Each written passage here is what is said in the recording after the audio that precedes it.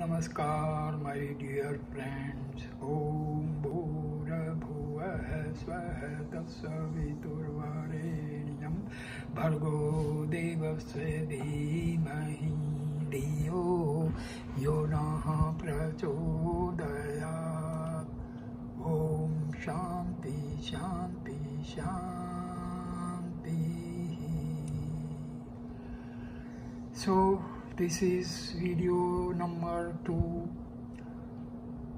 about the sayings of Swami Ramdas of Anandashram, Kanagad, Kerala. Swami Ramdas was a self-realized and a liberated soul. He was blessed by Bhagwan Sri Ramana Maharshi, and as a result of this blessing, he experienced the Sahaja Samadhi, the highest level of the spirituality. Now I start this video number 2 with saying number 56. The heading of this section is Path. Saying number 56. Bhakti is the root, Vairagya is the tree, Jnana is the flower, and the realization of the Supreme Godhead is the fruit. Saying number 57. The most exalted way to realize God is through Niskama Seva. Saying number 58. Think on me until all thoughts are dissolved. This is the teaching of Sri Krishna in regard to meditation. Saying number 59. Real worship consists in constantly remembering and glorifying the great truth that dwells in the hearts of us all. Saying number 60. God's grace is never for him who is indolent and negligent. God's grace is for him who is persevering and industrious. Saying number 61. Doubt not, fear not, worry not should be the mantram that ought to guide and inspire us in all the vicissitudes of life. Saying number 62. Be cheerful and blissful always by holding constant communion with your real being. This is the secret of life. Saying number 63. Your Guru, God and Guide is ever within you. Through constant remembrance of Him, draw strength and peace from Him. Saying number 64. Through constant remembrance of God and self-surrender, you can develop a strong will by which you can subdue the mind and free it from all doubts and fears. Saying number 65. If you take all conditions and happenings as determined by all-knowing God, and remember that the world of name and form is by its very nature a transient and changing play, you have no room for any anxiety or sorrow. Saying number 66. A cheerful mind cures and wards off all mental and physical diseases. Saying number 67. The true unity between husband and wife becomes possible only when the minds of both have turned toward the one God dwelling in their hearts and pervading all through the universe.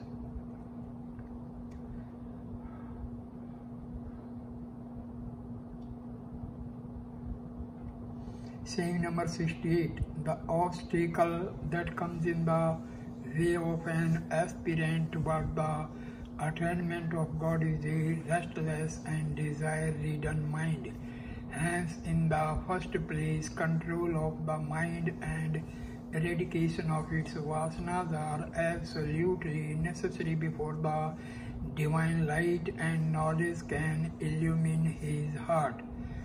Saying 69. Be ever conscious of the fact through ceaseless remembrance that truth ever abides in you, with you, and everywhere about you. Saying number 70. Seek guidance from within. Listen to this voice and act. Don't do this simply because others ask you to do so. Saying number 71. Certainly we have to take the world as it is, because it is not in our power to change it as we like, but it is our to live in it by affecting a change in our vision and in our attitude towards it. Saying number 72. After the awakening, the aspirant should be steady and unwavering in his faith, and should treat the path of discipline, taking God within him as his guide, and should not give up the struggle until the goal is reached. The speedy success of the sadhana depends upon the intensity of his longing to realize him. Saying number 73. No amount of reading of scriptures and religious literature can help the earnest seeker after truth in his progress towards the supreme ideal.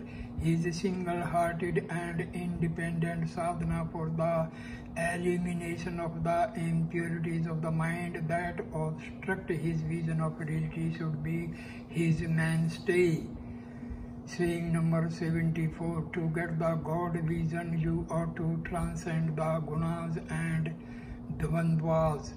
Don't be bound by the dictates of any shastra or dharma, but become utterly free by a wholehearted surrender to him. Saying 75. Your belief that somebody else can pray for your uplift is wrong. Men who have attained knowledge and have realized immortal bliss can show the path, but it is yours to tread it with steady and unwavering steps, having God within you as your guided helper. Saying number 76. Tutor the mind to behold God everywhere by making it dwell in God thought and earn everlasting peace and joy. Saying number 77. Do all sadhanas in a spirit of play. Let cheerfulness be their keynote, with delight in the heart and light of step. Go to meet the beloved mother who is always yours. You are her knowledge child. Saying number 78. Struggle is a sure condition of progress. Shrink not, faint not. The Almighty Lord is your helper. Go ahead and full stream and brave every storm. Don't feel disturbed. Go to meet the beloved in your heart with a cheerful mind and a smile. He is ever with you and he are not different. Saying number 79. The mind may run like a monkey, but you know that you are not the mind, you are the watcher of its antics. When you have thus realized that you are the immortal witness, you will not be influenced by the promptings of the desire-ridden mind. When you have identified yourself with the witness, the desires of the mind will die away by themselves through inaction. Saying number 80. Calm and silent meditation alone can convince us of truth, which no amount of quotations and argumentation can help us to arrive at. Saying number 81. It is he who has given us to our respective situations. He expects us not to grumble, fret, or feel worried. No condition is bad for us provided we do not fail to remember Him at all times. Saying number 82. A man can get anything he wishes if he makes efforts like Bhagiratha. Saying number 83. Ours is not to make other people rich and wise, but to become wise ourselves by serving humanity with all love and humility. Saying number 84. Why throw away a precious life dedicated to God and His service as Mirabai did? Love Him in all, serve Him in all, and make yourself blessed, pure and peaceful. Saying 85. Indeed, the search for God outside us goes on until we make the life's discovery that our heart is the shrine in which the Lord of the universe, Vishwanath, dwells in all His glory. Saying number 86. The best book that we have to read every day is our own heart. Let us watch and examine its workings. What we require is to stand apart from it and witness its manifold activities. We can very effectively do this in meditation. Saying number 87. Seek not to transform the world before you have wrought the needed change in yourself. Saying number 88. Serve God in humility to the utmost power that God has granted you in a niskama, selfless spirit, and be friendly and loving towards all. Saying number 89. Indeed, there is no means greater than satsang to keep awake the divine consciousness within us. Satsang we get in consequence of the purification of the mind. Saying number 90. We should not always look for external aid. The best means for keeping awake the knowledge of truth is to repeat constantly the Guru Mantra and to count the society of the Bhaktas. Saying number 91. Be ever in tune with Him who is eternally residing within you, who is changeless, immortal spirit, who is absolute existence, consciousness, and bliss, Sat Chit Ananda.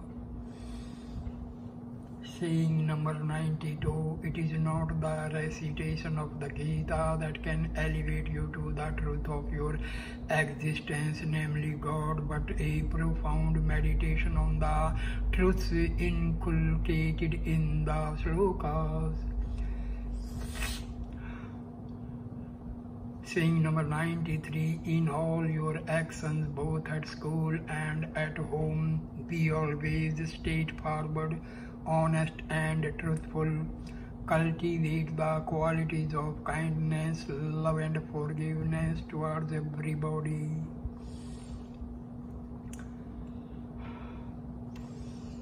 Saying number 94. Please remember, we can behold God only when we are free from the clutches of lust, wrath and greed. Saying number 95. True greatness is of a pure heart and mind. What does it matter to you what your colleagues or anybody else think of you? Saying number 96. Stand above the petty praise and blame of the world. Saying number 97. During the period of sadhana for the attainment of this goal, the sadhaka must learn to be calm and collected in all that he does. he must watch the mysterious workings of the divine Shakti in him and everywhere about him, and must remember that all things happen for good and good alone. Saying number 98, to dispel from the mind our doubts and fears by merely listening to philosophical discourses is not sufficient. What is required is to bring down these truths into practical experience. Saying number 99, the first thing needed is an attempt to control the unbridled mind. Saying number 100, live humbly but nobly, braving all the storms of life with implicit trust in God and His dispensation. Saying number 101, do not hesitate in doing the right thing straightway. Saying number 102, it is better to allow ourselves to be deprived of our so-called rights in favor of another, if by such an attitude we can make others happy. Saying number 103, mere reading of religious books helps only in awakening us to the sense of reality, but the awakening does not last unless the practice for concentration of mind is gone through with earnestness and zeal. Saying number 104, a concentrated and purified mind alone absorbs the teachings of the divine truth. Saying number 105, so long as a man is obsessed with the sense of duality, prayer, meditation and self-surrender are things real and necessary for him. Saying 106, God does not want us to be tied down to a rule or a course of discipline, making it indispensable for us for all time. True freedom consists in being able to enjoy the bliss of the eternal in all changes, all turns and vicissitudes of life. Saying number 107, until the flame of truth begins to burn steadily and undiminished, it is necessary that every available means be adopted to keep it up.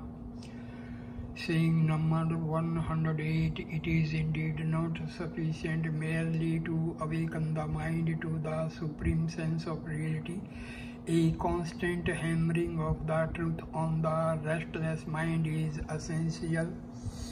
Saying number 109, a mind which has been allowed to roam about uncurbed for a long time naturally resists control that is exercised on it during sadhana, even for a short period.